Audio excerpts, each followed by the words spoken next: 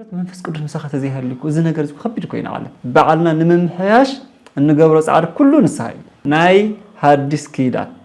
ስብከት ንስሓ እተዊ ኣብ ግድግዳና ክጻሓፍ ዝግበኦ ንስሓ እተዊ ንሕና መንፈስ ቅዱስ ሓደ ማዕዝ ይወርድልና ማዕዝና ተቀቢልና ካላይ ኸዓ ተራ ወይ ግደ መንፈስ ቅዱስ ኣብ ህይወትና እንታይ ይመስል ሓደ ዕላማው ሪኽ ናይ ስብከት ዕላማው እንታይ ንግበር ሰብ ልቡ ተነኽዑሲ እንታይ ንግበር ሓንቲ ንእሽቶ ሓዊ ዝኾኑ ሳዕሪ ዕንጨይቲ ውስኽ ታብል ከተይኸውን ዝሓዊ እዚ ይቀጻጸል ስለዚ እዚ ኣባና ዝተዋሃበና መንፈስ ቅዱስ ጾም ጸሎት ስግደት መንፈሳዊ ህይወት ተገይርናሉ ነቀጻጽለና እሞ ሽዑ ጸጋታትና እንታይ ይኸውን ይበርህ ይጎልህ ይወጽእ ብዘይ ንፋስ ብዘይ ኣየር ህይወት ከም ዘይብልና ብዘይ መንፈስ ቅዱስ ክርስትና ህይወት ሆነ ይብልና ህይወት የብሉን ክርስትና ተሓዘን ወይ ደሞ ትጸጸት ትበዲለ እየ ዝብል ጣዕሳ ብናይ መንፈስ ቅዱስ ክኾን ከሎ ናብ ንስሓ እዩ ዝመርሕ ናይ ርኩስ መንፈስ ድምጽ ግን ሓጢያት ክንሰርሕ ከለና በደለኛነትና ጥፋተኛ ምዃንና ዝነግር ድምጽ ጥራሕ ዳ እምበር ናብ ንስሓ ዝመርሕ ናይ እግዚአብሔር ምሕረት ኩላ ኣብቲ ሽዑ በጥሕና ንኸይንርኢ ችግር የለን ግበሮ ንስሓ ተኣቱ ክብለካ ይኽእል እዩ ኣብ ኣእምሮኻ ዳሓር ምስ ገበርካዮ ግን እዚ ዝገብር ዝኣክል ሓጢያት ጌርካ ኢሉ እንደገና ንስሓ ንኽትጸልኦ ንኽትፈርሖ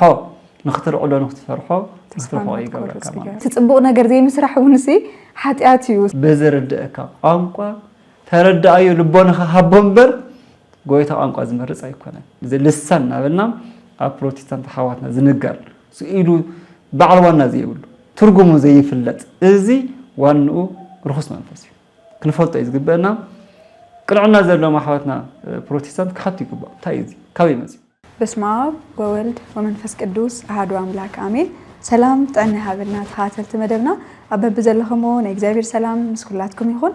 እንኳዕ ንበዓለ ጰራቅሊጦስ ብሰላም ኣብጽሐኩም ሎማዓንቲ ከምቲ ልሙድ ስለ በዓላትና ንድህሰሉ መርሃ ግብሪ መደብ በዓልናን ሒዝናልኩም ቀሪብና ኣለና ሰናይ ጻንሒት ክርስቶስ ተንሥአ እሙታን በአማን ተንሥአ እሙታን እንኳዕ ንበዓለ ጰራቅሊጦስ ብሰላም ኣብጽሐካ በዓል ኣብጽሐና ሰናይ ያው ከምቲ ዝፍለጥ ካፍቶም ዓበይቲ በዓላት ሓደ ዝኾነ በዓለ ጰራቅሊጦስ ኢና ንኽብር ዘለና እሞ መደብና እውን ስለ በዓላትና መንነት ስለ ናይ ዝበዓል ነኽብሮ በዓል ዋና መን እዩ እንታይ ከተፈጺሙ እንደሰሉ መርሃ ግብሪ እሞ ምናልባት እስኪ ካብ ትርጉሙን እንታይ ኢና ነብዕል ዘለና ናይ ዝበዓል ዋና መን እዩ ዝብል ካብኡ ንጀምር ድሮ 50 መዓልቲ ክንመልእ ኢና ትንሳኤ ክንኽብር ናኻው ሰላዕለ እቲ በዓል 50 ይበሃል ብግእዝ ብግሪክ ቃሉ ድማ ጴንጠቆስጤ ይበሃል በዓለ ጰራቅሊጦስ ብግሪክ እውን በዓለ ጰራቅሊጦስ ይበሃል ናዚ በዓል እዚ ካብቶም ዝገለጽከ ካብቶም 9 ዓበይቲ በዓላት ጎይታ ሓደ እዩ ስለዚ ሰለስተ ኣስማት ኣለዎ ማለት እዩ ሓደ በዓለ 50 ብግእዝ እዩ ጴንጠቆስጤ ብግሪክ ጰራቅሊጦስ ድማ ብግሪክ እዩ ስለዚ በዓለ ጰራቅሊጦስ እናተባህለ ዝፍለጥ በዓለ 50 ያው 50 መዓልቲ ኣብ ብልዒ ኣሕሊፍና ኣለና ማለት እዩ ፍጥን ኢሉ ሓቀይ ከም ዝበልክዮ ብዙሕ ግዜ በዓላት ምስ ባህላዊ ትውፊት እንደተሓሒዞም ድምቕ ኣይብሉን ኢላ ነርና ከም ቤተ ክርስቲያን እናዳልና ነርና ብዝሓለፈ ብዙሕ ደሚቑ ክረአ ክኽበር ኣይንርእና በልና ነርናና በዓለ ጰራቅሊጦስም ሓደ ዓይነት እዩ ምስ ናይ ዕርገት ብዙሕ ዝተፈለየ ነገር ምእመናን ብፍሉይ ከኽብርዎ ኣይንርእን እሞ ምስኡ ኣተሓሒዝና ንልዕሎ ኢለ እዚኣ እኮ ተሓየሽ እያ በዓለ ጰራቅሊጦስ ከመይ መሲልኪ ድራር ጾም ስለትበሃል ብዙሕ ግዜ ጾም መሰለ ስለዝኣቲ ንብልዒ ንሕርዶ ሰብ ብዙሕ ይጓየዩ እሞ ኣይርስዕዎን እዛ በዓለ 50 ገለገለ ሰባት ግን እግሪ መንገደይ ጾም ዕርገት ዝኣቱ ዝመስሎም ሰባት ኣለዉ ብዙሕ ግዜ የጋጥሙን እዮም ዕርገት ድዩ ጾም ረቡዕን ዓርብን ማለት እዩ ጾም ረቡዕን ዓርብን ዕርገት ዝጅምር ኢሎም ዝሓቱ ሰባት ኣለዉ ሕጂ እውን እግሪ መንገድና ዕርገት ጾም ዓርብን ረቡዕን ዕርገት ኣይኣቱን ኩሉ ግዜ ጾም ረቡዕን ዓርብን ምስ ጾመ ሰነ ናይ ሐዋርያት ጾም ማለት በዓለ 50 በዓለ ጰራቅሊጦስ ምሳኽበርና ዝጅምር ሓቢሩ ዝጅምር ምዃንና እግሪ መንገድና ከይዋቕዖም ማለት እዩ ስለዚ እዚ በዓል እዚ ንእሽተይ ምስ በቤተ ክርስቲያንና ብዝተፈለየ መልክዑ እዩ ዝኽበር ምክንያቱ ሓደ ዓብይ በዓል ኢና ኣለና ናይ በዓልና ባህሊ ህይወት ድማ ያው ድራር ጾም ብዝብል ስለነኽብሮ ብዙሕ ግዜ ድምቕምቕ ትብል እያ ንእሽተይ ካብ በዓለ ዕርገት ኮይኑ ግን ተመሰረተ ሓሳብ እንታይ እዩ ወሮ ጎይታ ካብ ሞታን ተላዒሉ ሞት ብሞት ቀቲሉ ተንስኡ ዓሪጉና ዓርገታ ኸይርና ነርና ንሃዋርያት በይኖም ክሓድጎም ከሎ ሃዋርያት ብሕታውነት ፍርሒ ይስምዖም ነይሩ ጎይታ ዝመስል 33 ዓመት 3 ወርሒ ኣብ ዘምድሪ ክመላለስ ከሎ ዝሃቦም ፍቕሪ ሪኦም ብጣዕሚ ውሽጦም ይስምዖም ነይሩ እና ግን ተስፋ ሂቦም ነይሩ ክሳብ ኣጽናዒ መጽናዕናዒ መንፈስ ቅዱስ ክሳብ ዝልእኸልኩም ከይደ ክሳብ ዝልእኸልኩም ንስኹም ኣብ ኢየሩሳሌም ኣብ ጽንሑኒ ኢልዎም ነይሩና ጎይታ ምስ ዓረገ ድሕሪ 10 መዓልቲ ጎይታ ኣብ ዝምድሪ 40 መዓልቲ ጸኒሕ ኢለና ምስ ዓረገ ድማ ድሕሪ 10 መዓልቲ ክንደይ ይኸውን ኣሎ 50 መዓልቲ ስለዚ በዓለ 50 ማለት ክርስቶስ ካብ ሞታን ካብ ዝትንስእ 50 መዓልቲ ገይሩ ማለት ናይ ግእዝ ቃሉ ጴንጠቆስጤ እውን ግሪክ ቃል እዩ ከምኡ በዓለ 50 ማለት እዩ ጰራቅሊጦስ ዝብል ድማ ናይ ግሪክ ቃል ኮይኑ ንመንፈስ ቅዱስ ዝገልጽ ቃል እዩ መንፈስ ቅዱስ ዝገልጽ ቃል እዩ እቶም ክልተ ጴንጠቆስጤና በዓለ 50 ብግእዝን ብግሪክ ኮይኖም መበል 50 መዓልቲ ማለት ትርጉሙ ጴንጠቆስጤ እና በዓለ 50 በዓለ ጰራቅሊጦስ ግን ወላ ናይ ግሪክ ቃል ይኹን ግን ተግባራዊ ስሙ ምስ እግዚአብሔር መንፈስ ቅዱስ ዝተሓሓዝ እዩ ስላሴ ናይ ስላሴ ሓድነት ሰለስተነት ንፈልጥ ኢና ያው ብስም በአካል ብግብሪ ሰለስተ እዮም ብመለኮት በባህሪ በህልውና ድማ ሓደ አምላክ ሓደ ጎይታ ሓደ ፈጣሪ ሓደ እግዚአብሔርና ነምልኸሮ ስለዚህ ካብቶም ሰለስተ አካላት ሓደ አካል መንፈስ ቅዱስ ጰራቅሊጦስ ተባሂሉ ዝፍለጥ ስለዚህ ንምንታይ ተስፋ ሂቦም ነይሩ ሃዋርያት መንፈስ ቅዱስ ክልእኸልኩም ኣጽናዒ መጽናዕናዒ ንዓለም ሓቂ ክትምስክሩ ክትጸንዑ ብሓቂ ብክርስትና ብሓቂ ህይወት ምትክትነብሩ መጽናዒ መንፈስ ቅዱስ ክልእኸልኩም ኢልዎም ስለዝነበረ ዝተለኣኸ መንፈስ ዝተለኣኸ ቅዱስ መንፈስ ናብኦም ያ ጰራቅሊጦስ ኢልና ንብሎ ስለዚህ ብግሪክ ቃል ጰራቅሊጦስ ዝብል ተግባራዊ ትርጉሙ ሓሙሽተ ዝኾኑ ትርጉማት ኣለዎ ናይ መጀመርያ ትርጉሙ ናዛዚ ተባሂሉ ይፍለጥ ጰራቅሊጦስ ማለት ናዛዚ ማለት ዘረጋግዕ መጀመርያ ዘረጋግዖም ንሃዋርያት እዩ ማታ ሃዋርያት ገዲፎም ከይደሎ ጎይታ ብጣዕሚ ሓዚኖም እዮም ጎይታ ዝጀመሮ ወንጌል ንዕኦም ዘምህሮም ወንጌል ዝተገብረ ቤዛነት ተግባር ንዓለም ኩሉ ናይ ምብጻሕ ሓላፍነት ኣለዎም ሃዋርያት ዓብይ ሓላፍነት እዩ ስለዚ እዚ ወንጌል እዚ ንዓለም ኩሉ ምስክር ኮይኖም ከብጽሑ ኣጽናዒ ዝኾነ ናዛዚ ዝኾነ መንፈስ ቅዱስ የለ እና እዚ ሓደ ናዛዚ ወይ ድማ መጽናዕንዒ ዝኾነ መንፈስ ቅዱስ ልይኹሎም ጎይታ ኣብዚ በዓለ 50 ማለት እዩ ስለዚ ንሃዋርያት ጥራይ ኣይኮነን ንኹሉ ኣብ ሓዘን ንዘለው ኣብ መከራ ንዘለው ኣብ ስቃይ ንዘለው ዘጽናዕንዖም ኣኻእሎ ዝህቦም እግዚአብሔር መንፈስ ቅዱስ እዩ ስለዚ ናይ እግዚአብሔር መንፈስ ቅዱስ ፍሉይ ዝኾነ ተግባራቱና እንገልጽሉ እዩ በዓለ ጰራቅሊጦስ ኢልና ንብላ እዚ ሓደ ናዛዚ ማለት እዩ ጰራቅሊጦስ ማለት ካሊእ ምስጢር ገላጺ ብግእዝ ከሳቲ ይበሃል ጰራቅሊጦስ ማለት ምስጢር ገላጺ ወይ እውን ከሳቲ ንብሎ እዚ እውን ከመዩ ሃዋርያት ኣብዚ በዓለ 50 ምስጢር ተገሊጽሎም እዩ ዝፈልጥዎ ዝነበሩ ኣስተውዒሎሞ መንፈስ ቅዱስ መሳኸተ እዚ ሃልዩሲ እማንሲ ብዙሕ ፍልጠት ንፈልጥ ኢና ዝሓዝናዮ ዝፈለጥናዮ እንተ ንትግብር ነርና ይምፀደቕና ንፀድቕ ከይና እውነት ንዕኡ ግን ሓይሊ ይደሊ ንኽትግብሮ ሓይሊ ይደሊ ወሎ ትዝሓዝካዮ ዝፈለጥካዮ ክትግብሮ ጽንዓት ይደሊ ዝፈለጥካዮ እኮ እዩ እና ሃዋርያት ዝፈለጥዎ 3 ዓመት 3 ወርሒ ምስ ጎይታ ዝተምሃርዎ ዝሓተትዎ ዝተመለሰሎም ንኸስተውዕልዎ ንኽርድእዎ ምስጢር ንኽግለጸሎ መንፈስ ቅዱስ ወሪድሎ ማለት እዩ ስለዚ ምስጢር ኣስተውዕሎሞ ተረዲኦሞ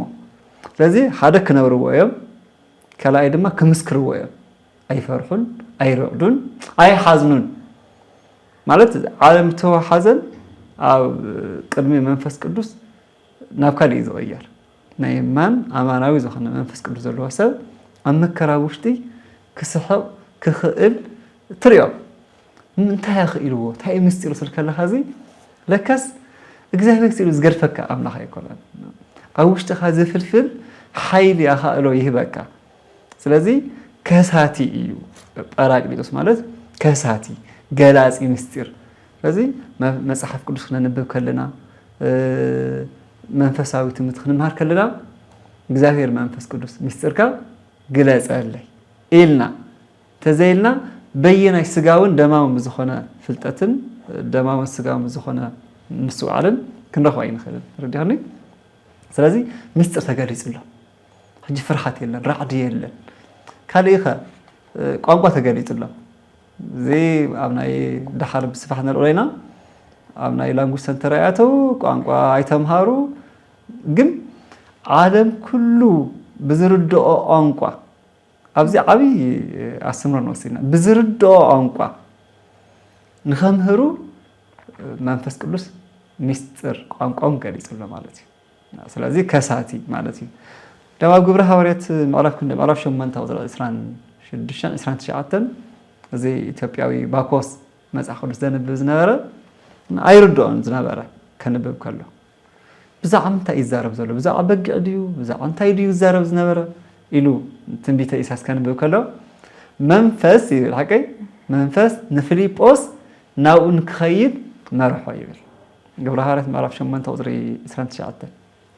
እና መንፈስ ይመሪሕዎ በዚና ካባና እንታይ ይድለ ምድካብ ምጽዓር ምጅማር ይድለ ካብኡ ከዓ ንሃቱ ኣኻእሎ ምስጢር ገላጻይነቱ ምእማን ይደሊ ድሓር መጺኡ እተንብቦ ዘለኻ ትርድኦ ዶ ለኻ ኢልዎ እሱ ከዓ ብቕልዕና ከምቲ ንሃቱ ክብሪ ከምቲ ንሃቱ መዓርግ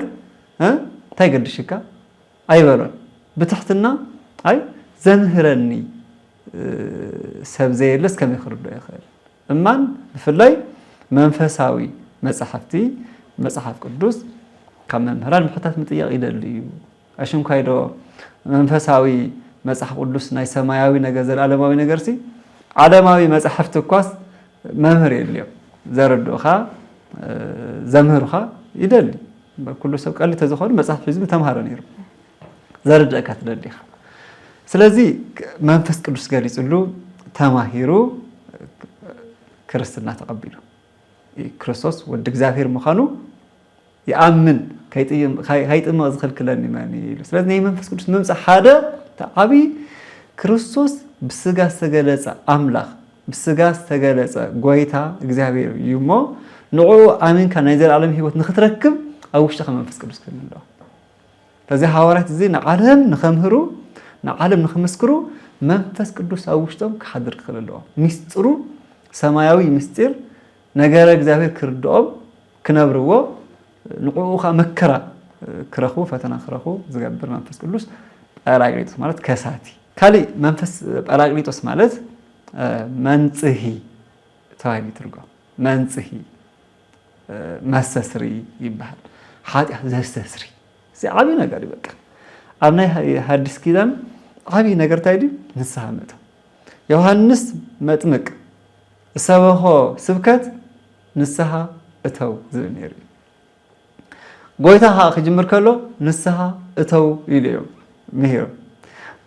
ኣብዚ በዓለ 50 ድማ ቅዱስ ጴጥሮስ ስብከት ክጅምር ከሎ እንታይ ንግበር ክብልዎ ከለዉ ንስሓ እተው ብጎይታ በኢየሱስ ክርስቶስ ተጠመቁ ጸጋ መንፈስ ቅዱስ ክትረኽቡ ኢኹም ኢልዎ ስለዚ ንስሓ ክንኣቱ ንሐዋርያት ስልጣን ዝሃበ መንፈስ እፍ ኢሉ መንፈስ ሃቦ ሓቀይ ስለዚ እዚ ስልጣን እዚ መፍትሕ መንግስተ ሰማያት ሂቡ ሓጢኣትና ክስትስራ ጎይታ ዝገበሮ ቤዛነት ናይ ካሕሳ ስራሕ ድማ ብጥምቀቱ ኣሚንና ብወልድ ክርስቶስ ኣሚንና ተጠሚቕና ቅዱስ ስጉኡ ክቡር ደሙ ረኺብና ናይ ቤዛነቱ ተኻፈልቲ ድሕነት ክንኸውን ዝገብረና መንፈስ ቅዱስ እዩ ስለዚ መንጽሂ ካህናት እግዚአብሔር ይፍታሕ እሶም ምክንያት ይኹን እምበር እግዚአብሔር ይፍታሕ ዝፈትሐና እግዚአብሔር ዘንጽሕና እግዚአብሔር ኢና መንፈስ ቅዱስ ተስፋ ምቑራጽ ጽባእ ይኾነን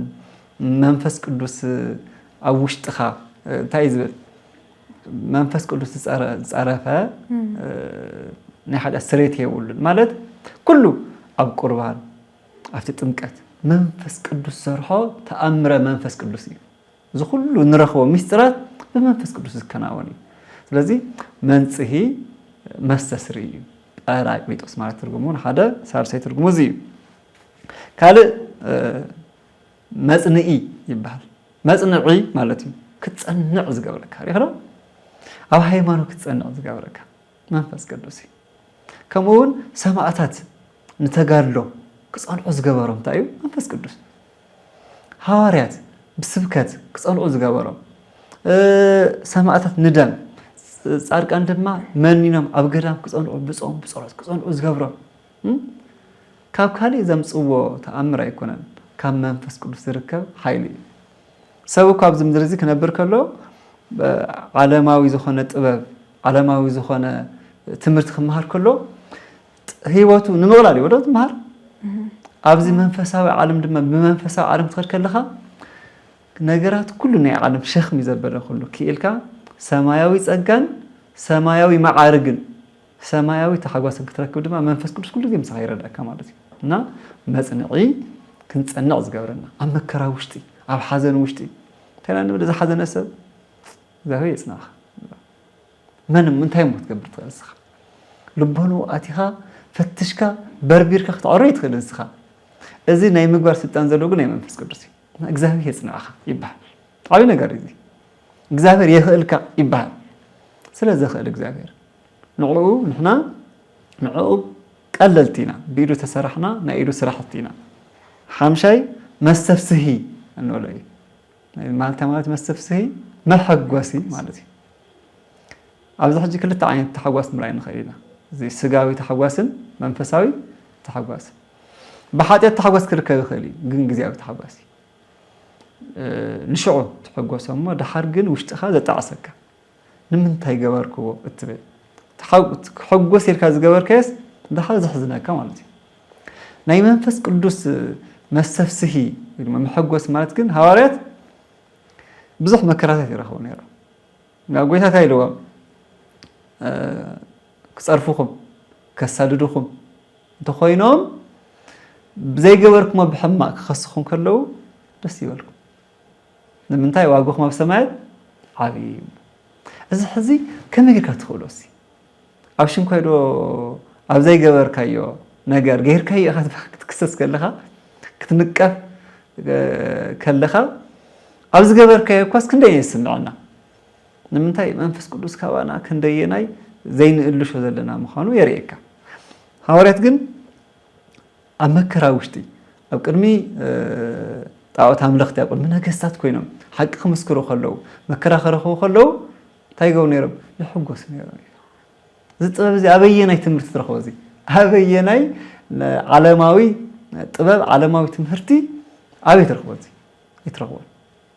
ስለዚ ናይ መንፈስ ቅዱስ ውህብቶ እንብሎ ዓብዪ ነገር እዩ እና መስተፍስሂ እዩ ናይ ይማን ናይ ሓቂ ሓጎስ ተሓጓስ ዝህብ መንፈስ ቅዱስ እዩ ዝገብረኪ ኣብ ገብረ ሃዋርያት ምዕራፍ 5 ቁፅሪ 40 ከባቢሲ ገሪፎሞም ይብል እሞ ንሃዋርያት ንምንታይ ተምህሩ ኢሎም ዘምህርዎ ብዛዕባ እንታይ እዩ ብዛዕባ ጎይታ ክርስቶስ እዮም ዘምህሩ መንፈስ ቅዱስ ዝወረደሉ ምክንያት ድማ እንታይ እዩ ጎይታ ክስበኽ ሓቂ ክንጋር እዩ ስለዚ ገሪፎሞም ይብል እሞ እናተሓጎሱ ወፅ ከመይ ጌርካ ኣበየናይ ዓለም ሓደ ሰብ ተገሪፉ ተወቂዑ ተደብዲቡ እሞኻ ኣብ ዘይገበሮ ሓቂ ስለ ዝመስከረ እሞኻ ዝጠቕሞም ኮይ ዝጠቕሞም ናይ ዘለኣለም ህይወት ከወርሱ ምእንታን ውሉድነት ኣምላኽ ምእንቲ ክረኽቡ ተነጊርዎምሲ ገሪፎሙኻ ቀጥቂጦሙኻ እናተሓጎስካ ምውፃእ ኣበየናይ ዓለም ይርከብ እዚ እዚ ጎይታ መንፈስ ቅዱስ ኩሉ ግዜ እንደልዮ እንእልሾ ነምልኾውን ነዚ እዩ ነዚ እውን እዩ ጎይታ ኢየሱስ ክርስቶስ ኣነ ኩሉ ግዜ መሳኻትኩም እየ ከይዱ ኣህዛብ ኩሉ ብኣብ ብወልድ ብመንፈስ ቅዱስ እናጥመቕኩም እንታይ ገበርዎም ደቀ መዛሙርተይ ገበርዎ ስለዚ ወልድ ዝተባህለ ባዕሉ ብስጋ ዝተገለፀ ኢየሱስ ክርስቶስ ካብ ጥንቲ እውን ወልድ ነይሩ ስሙ ሕዚ እውን ብምንታይ ኣጥምቕዎም ኢልዎም ብወልድ ኢልዎም ንምንታይ እሱ ዘይቕየር ኣምላኽ ስለ ዝኾነ ኢየሱስ ክርስቶስ ብስጋ ዝተገለጸ ስጋ ማርያም ዝለበሰ ንሱ መን እዩ ወልዲ እዩ ዓለም ከይተፈጠረ ወልዲ ነይሩ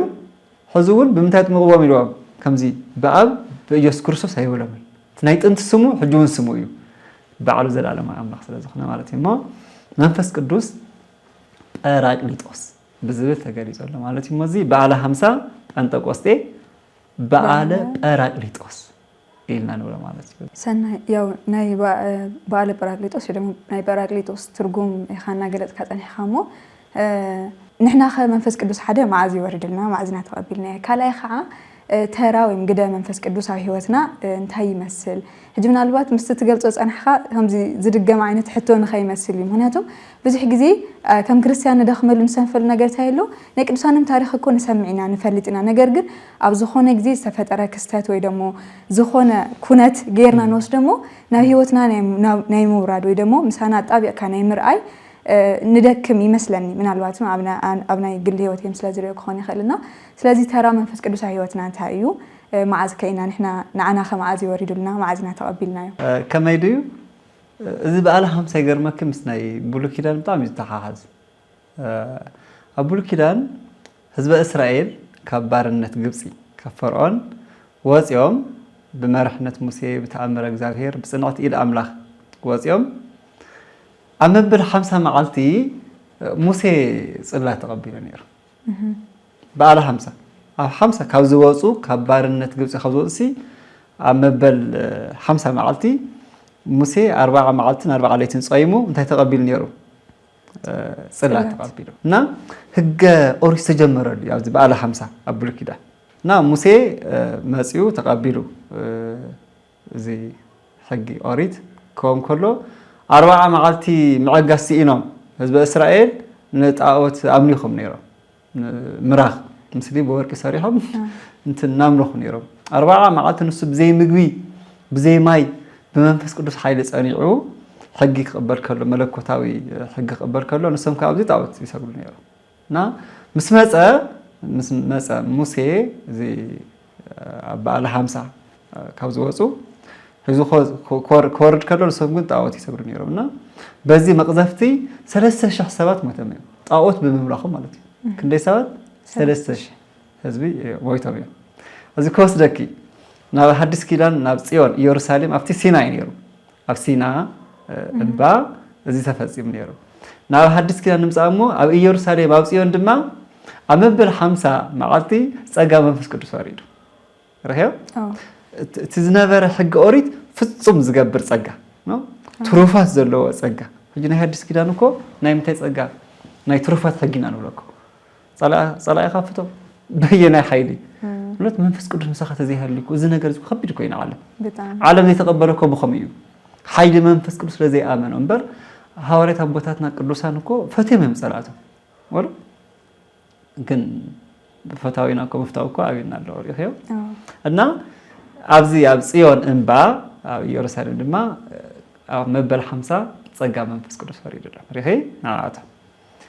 بحر أفتي 3000 حزب دم مايتهم أوريد ساعات معرف 10 ساعات أوريد ساعات معرف 30 كنا نقرأ التاريخ أبزخة قدوس بيتروس منفس قدوس مستقبله كنا شح أمينو 3000 حزبي أمينو بحد زي ما قلت له أفتي نايموت نيرو أبز نايمتاي نهيوت كوينو أنا زغر من تايدي ناي سبكت علامس كم نهيوت من ملاسي ولا أزي يونيفرسيتي خلاتنا تماهينا جريدز بحالني حقي جريدز بحالني أنا قدوس بيتروس سقالو جريد مال حاجة يوردو أو حتى سبكت 3000 حزبي مؤمن تزعل جريد بقى زي ناي حواريات ناي بوتات كهنات قد علامهم كم قدوس بيتروس خوين كان نزل جريد زي مو وداري ولا من يورد هذا جريد زي بتاع خبر ولا أنا ما فيش قدوس حاجة ما فيش قدوس علامة خمسة بهذا أمير كمان ناوي من ملاس ناوي هيوت لكن حدث كده نيجحنت أوانينا انتي نقبر مسامه رمسي انتي نقبر إلى محكي لذي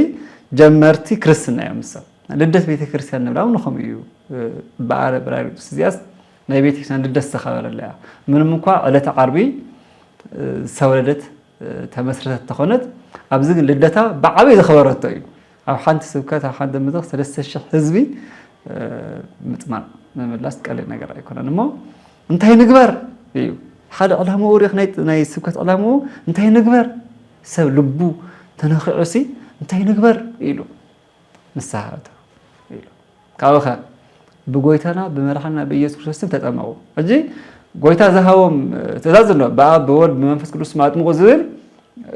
መለኮታዊ ናይ ጎይታ ትእዛዝ እዩ ጴጥሮስ ግን እንታይ ኢልዎ ብጎይታ ብኢየሱስ ክርስቶስ ተጠመቁ ኢልዎ ንምንታይ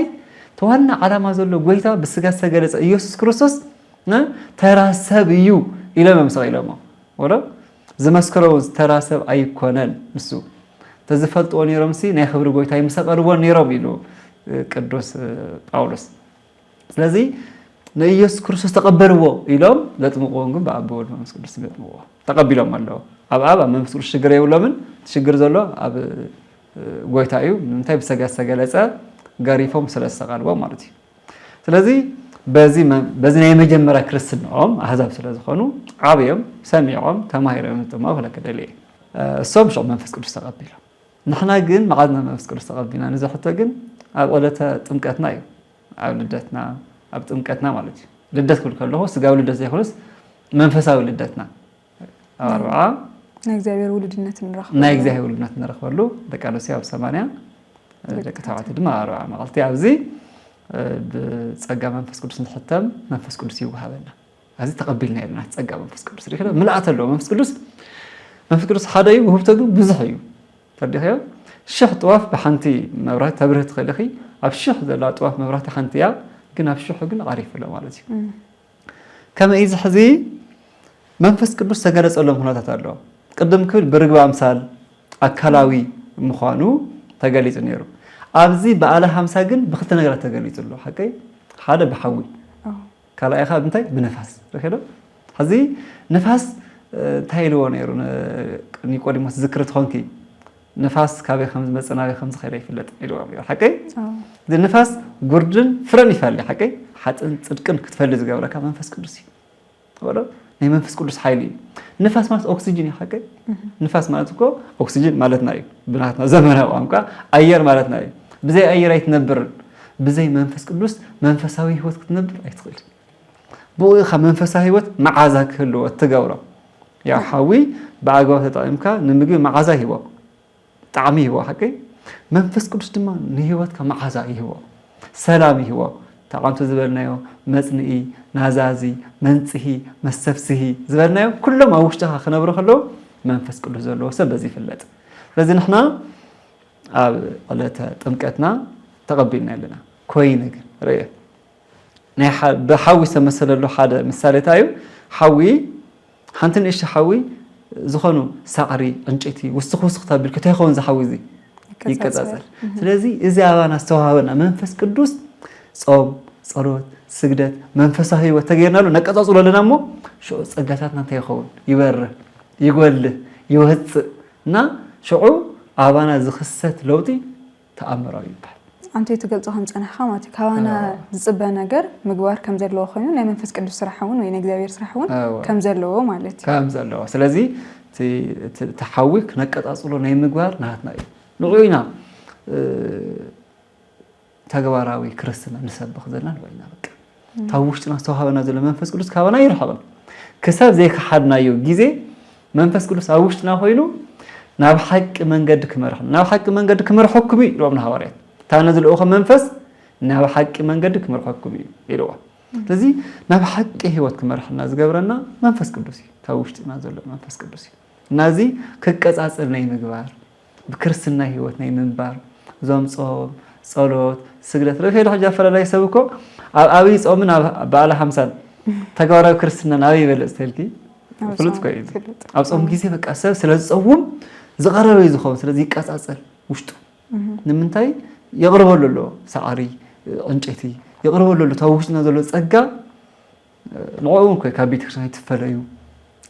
أبيت خشان تمرالو سزبهالو كتايبي بحدنت نهالو هواراي تبحق منفس كل صاريرو أبيت خشان يخلو بحدنت وزيو خلنا كنا بحد دنسي صيبك أوشنا ذلو منفس نخك على أصلي تردي خلنا سلزي أولته كرسنا منفس كل استقبلنا نوعهم ተግባራት ህይወት ተግባራት ክርስትና ብምግባር ነቀጻጽሎ ሞ ጸጋና ነብዝሕ ስለዚህ መንፈስ ቅዱስ እዚ ባህር ነው ውሽጥ ለኾይ ናትና ነጻ ፈቃድ ይደሊ حجزني ردأني كنوا لا خلنا يردأنا يحجزنا كاو حدا ما أنتنا يمالر تبعي خمس صحفكم من فسكر بس حكي نخزنا عنا أمكرا وشتي كنا خنص أن بزين الجر هتا ما أنتنا يمالر تبعي سنجركو نعناس لجزنا عنا كوي سلازم حجزنا كم نسألكوا زين فلتني بيل رومي شو من تسمع شدش بزحوا زي يمالر زول كان ناي رومي شو من 34 ناي قويت أيوس كرت بيجانا لا لعلي ناقن رومي شو من تسمع شدش መንፈስ ቅዱስ በዘይ ነገር እህታ ምእንታና ይማልደና ይዘ ስለዚህ ይحግዘና ይረድአና ይቆስቆሰና ይለዓዓለና ይመርሕና ማለት እዩ ረኸረ ስለዚህ መንፈስ ቅዱስ አብ መዓዛ ህይወትና ዘለዋ በርክቶ መጠን ይውል በዘይ መንፈስ ቅዱስ በዘይ ነፋስ በዘይ አየር ህይወት ከም ዘይብልና በዘይ መንፈስ ቅዱስ ክርስትና ህይወት ነው ይውልና ህይወት ይውልን ክርስትና ስለዚህ ህይወት ተሰረዓሉ መንፈስ ቅዱስ مسوارد أيو يا خبلك كده زجرم نجار كاستايديو يا قويتنا ملحنتنا يسوع كريستوسون كم نود سلاز فلت نجار جن حقفو كل جزين عنها كفت مخانو يعني مجرد شافوا أرز جالس قالوا أنتن نسها مغماتيو نابت نسها نخن أتو زمر حنا منفس كعس منفس كدوس مخاني هجنا عنت نجار جن حرارة جزين تايني من الوقت أنا مكاب كاب هيوت لمدين بالك عليه كلا ساعتهم كزارو كاب سمعوا بزح جزي بزخنا حتى أتودع ويدمو زخنا كسر حوزي يبقى كان قد سر سبت بدل كخوني خاليو بسفر عليه خلوت حتى وقت مدون تودع مو أفتود قالوا ساعات دام أبوتها تأمزلو ركسان منافست عينة النيوم مالت تنايم جمرة منفس حدا زخنا تفعات وحتى نخد سرح يتابعك عايزو خايب لك زهير محرنديو وزيات هاي لتاز عينته مالتي يدفع فكمو تجبره مسجر نحن نصفار كم زلوا خوينه مالتي كم سجر كاي خات قصالي كالي ركوس منفس مات انت عايز جبر تسفان خد قرص جبرك از جبرك كمي سخاكو حتياتني اخا بدلني اخا እና ትድምጹ እንዲያም አቦታት እንታይ ምዝሉ ሕዳውነት ኃጢአት ሰሪሕና ናብ ንስሓ ዝመርሕና መንፈስ ቅዱስ እዩ እዚ ማለት ጸጸት ማለት እዩ ልክ ናይ ይሁዳና ናይ ጴጥሮስ ጸጸት ነለ ተሓዘን ወይ ደሞ ትጸጸት ትበዲለ እየ ዝብል ጣዕሳ ብናይ መንፈስ ቅዱስ ክኾን ከሎ ናብ ንስሓ ዝመርሕ ማለትም ተስፋኒ እዎ ከም ቅዱስ ጴጥሮስ ማለት እዩ ተስፋኒ እዎ ብርህራሄ አንተ ትሎ ነርካ ርህሩህ بزخون دمتي بفقري مجرشو نخت ملة سنبر عرس خاص أريخان نخت زجبر دمتي عخونا ناي ركوس منفس دمتي أجن حتى كنسارحن كلنا بللنيا نتنا تفاتنيا مخانا زنجر دمتي ترح دأمبر ناو نسها زمرح نجزير محرات خلا عفتش عباد إحنا نخين ري جراش نخين ري نخين نستاوسو زجبر دمتي نحن هذا زين دامس نواقع عموننا بتلاقي أب تجارب كريستنا زول متحفنا هينوك هايلي زنبب كون زول نيرنا بس حق زي واقعنا يوم زم دمت ساعات زيو لذي كم كريستيان متأنسي تودقنا كوا تبعتنا زمرينا نينامو تودقنا كواس زمل سنة زمرحنا مليسو حدش هو تزرقلنا منفسيو እግዚአብሔር መንፈስ ቅዱስ ሞ ጣም ዝገርም ክርስቲያን ኮንጋስ በቃ ተስፋት ወርጽ አይተخيልን ማለት እዩ ወዲካ ከተርፍ አይተخيልን ማለት ኢና ንእግዚአብሔር ምሕረቱ ዝደንቕ እዩ ነት ንስሓ ኣብ ዝምድር እዚ ካብ ሰሃብና ዓቢ ሃፍቲ ኣብ ሰማይ ዘየለ ኣብ ዝምድር ሰሃብና ዓቢ ሃፍቲ ብናይ ባዕለይ ትንታና ከመገረ ንስሓ ዝብልሲ بناي بعلي نزبل نزوح زجبر ياو منصحي خنا مالتيو نزوح زجبر يو سنسد ما سم زغير يو مالت زماوي زنبره كم دنجل زجبر حاط زنبره صادق زجبر ليوا زنبره مصوات زجبر هذا ما هفت منفس قدس زبزح يو انتو حدي منفس قدس وشتنا الله رخيدو جنحنا نساكنا أتخلنا خنت عسكلنا ها تنقولنا مجبارة هيوت سلنا أتي تاوشنا زنبر من تحاوي زنبر أجا من فسكرت يخون يبزحلنا يقول هلنا أدينا سيد علامة نسها نخينا أتمباري مجمرك خطر لنا نسها تأتوا يلوكو كم أنت كتالنا يا خالي شكرا لك برا نسها تأتو كبلك يا خالي أمرها دخل مسجور كيجن زز جبر زأكل حياة يركا يلو عندنا نسها نخت صلقة نخت فرحة نخت رعلة نخت فرحة فرحة أي جبر كمان تنا نسها قدس بيروس سبخون نسها أتوي مجمع يا زولو كم زولنا ناي هاديس كيدا سبكت نسها أتوي إذا أنت مالتي قويتها منفس كل جزء أداو زربي حمسانا زرب خانو زريك نسها أتو زول قدانا خص حبس قبول نسها أتو زول قال بدعبي عبي بركاته ولا كده لنا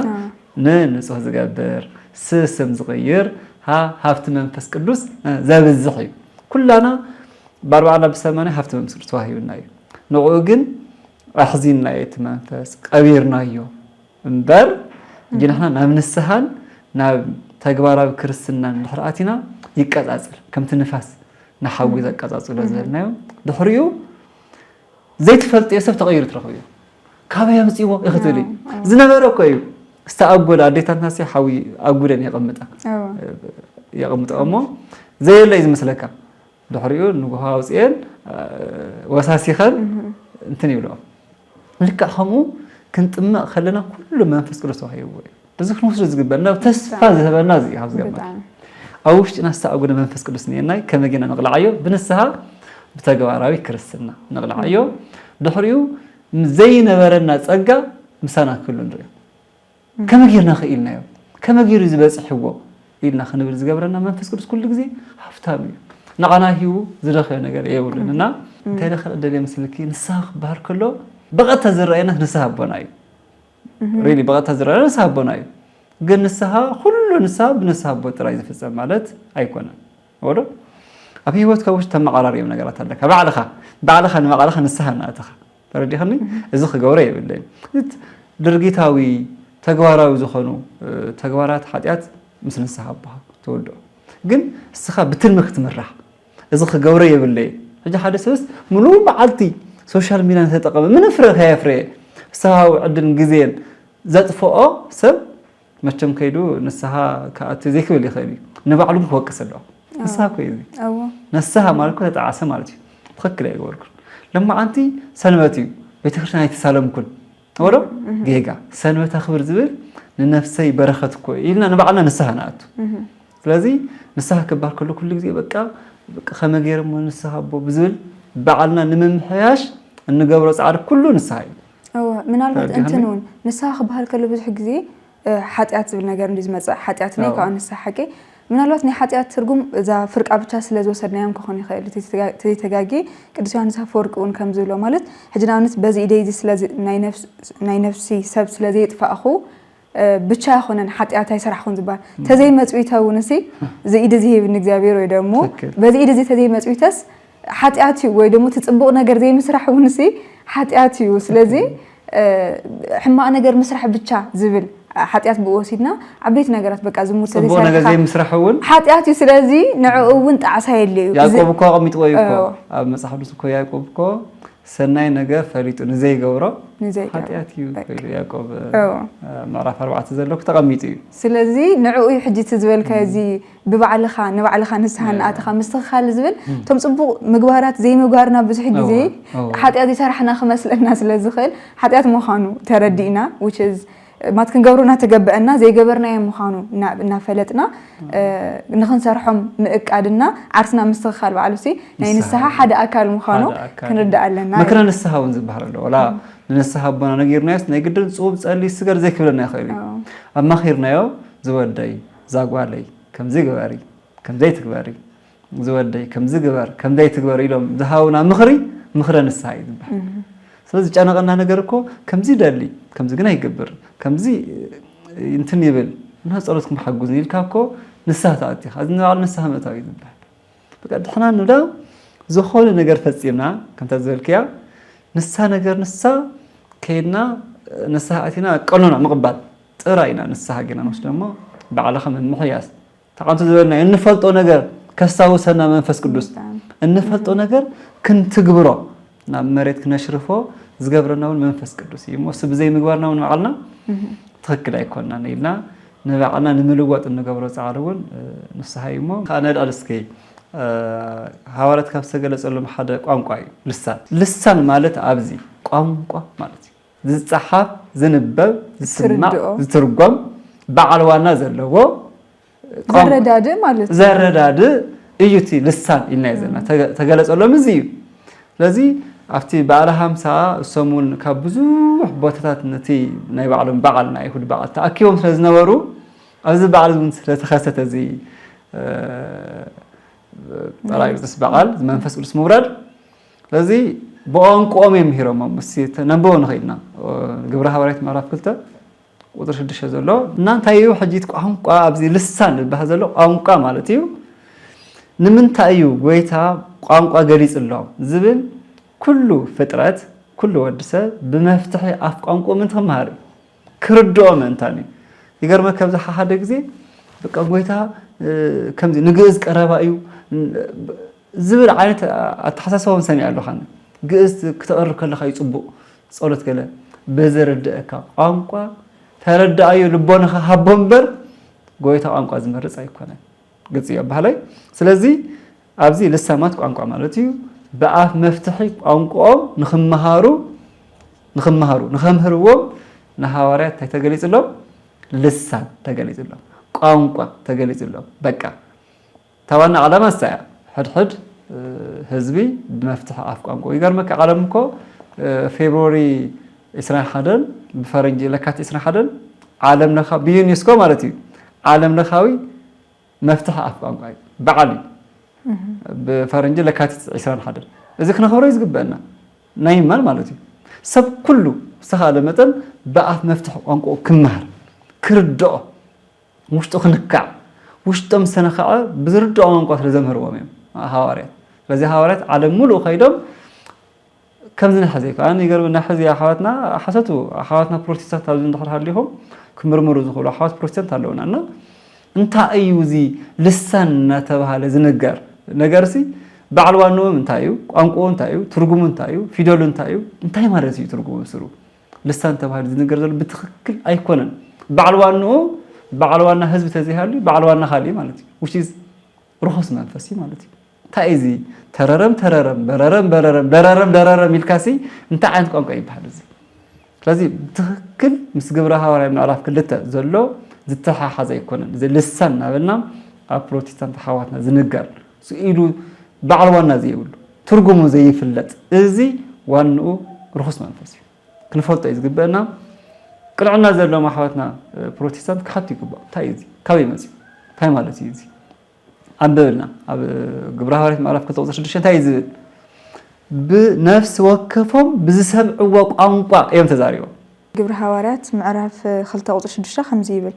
እዚ ድምጽ እዙይ مسمعو ብዙሓት ህዝቢ ተኣከቡ ነፍሲ ወከፎም በብቋንቋቶም ክዛረቡ مسمعو ከዓ ተገረሙ ይብልሞ تحتيلو كله ثم حزب سم بعلم مالتي بوانقوم كنغرلهم كزربو سمعوا كما يلنا داخلاتنا ببت تولدنا له قانقا انت زاربو نسمعو ملنا ببت تولدنا له قانقا ريخ الحزي نسمعو ملنا نردو ملنا الى فرازه لو تردو نغاري ببت تولدنا له قانقا مات مفتح اف قانقا مازر تانغ مالت زي بقى استغلصلهم لسان تباهلوت تناغيرو زلو تلسان تباهلو زلو حزي